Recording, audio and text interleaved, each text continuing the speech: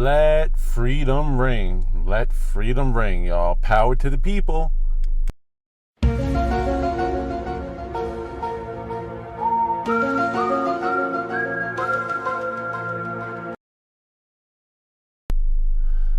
Let freedom ring, for we shall not be a slave nation much longer. All right, so before we get into it, don't forget to like, share, and subscribe to the channel if you're not already subscribed. Again, don't forget the like button, and don't forget to smash on that little notification bell so you can get notified of my latest content as I put it out. All right, so let's get into this judge overruling lockdown restrictions.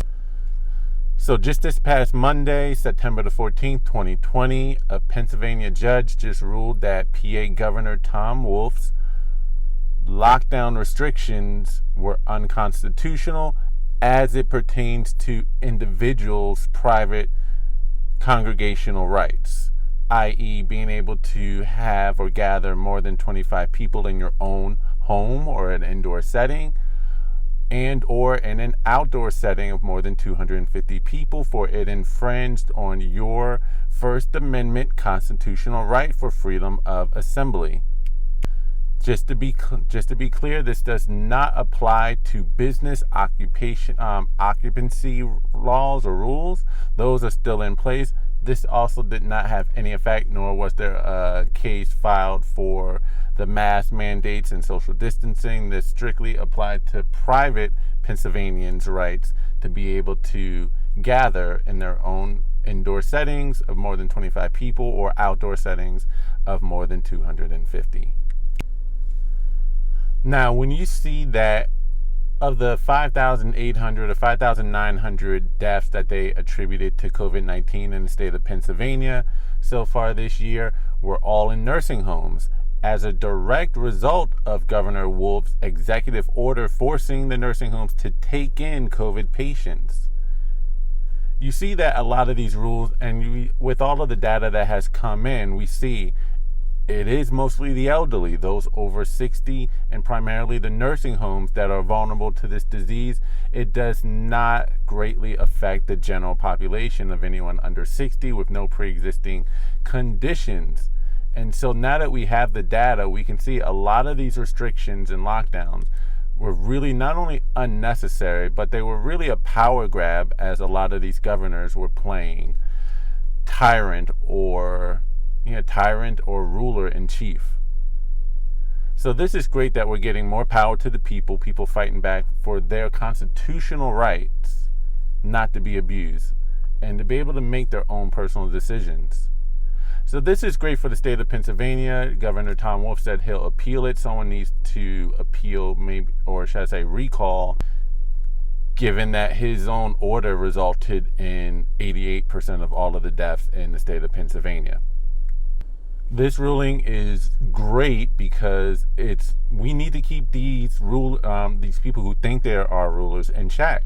We cannot have our constitutional rights just trampled on us or trampled like this. This really has been a great power grab. Now that's Pennsylvania. So again, the occupancies for businesses still remain intact, but for personal individuals and their citizens of the state of PA, the law can no longer enforce the 25 maximum rule for indoor settings for individuals and or 250 for outdoor settings for individuals.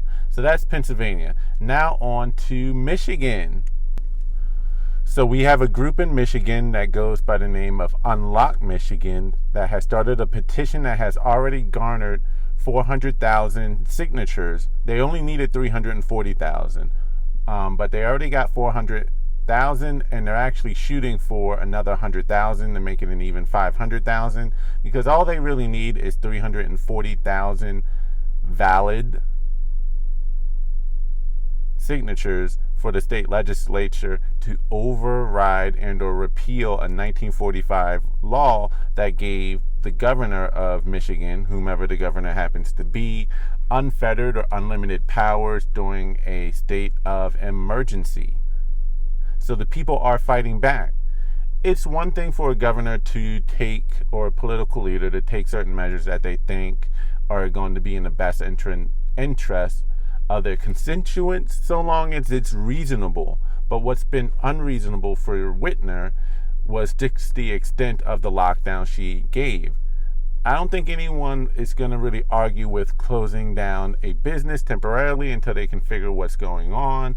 Maybe ordering face masks, understandable, social distancing, maybe even restricting certain businesses' hours and their occupancies. That can be considered reasonable. What is not reasonable, however, is saying that you are not permitted to go to your second home, even if it's just you going or your own family. If you owned a second home anywhere in the state of Michigan, you were permitted from going to that second home. You were permitted from buying lawn care products. You were permitted from buying paint. If you owned a boat, you were permitted from getting on that boat.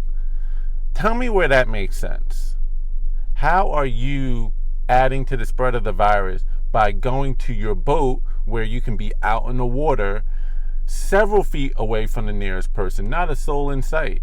How are you adding to the spread, or how are you helping protect the community by saying if you own a second home, you can't go to that other home, even if it's just you or you and the family you're already locked down in a house with?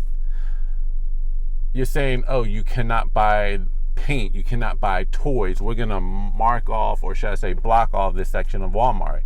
How does it make any sense to say you can go to Walmart, but you can't buy this, or that product? That is severe overreach. Severe overreach to say you can't even go to your own home if you have a second one. So she was getting to the point where she was seriously abusing her power, and no one should have that much power.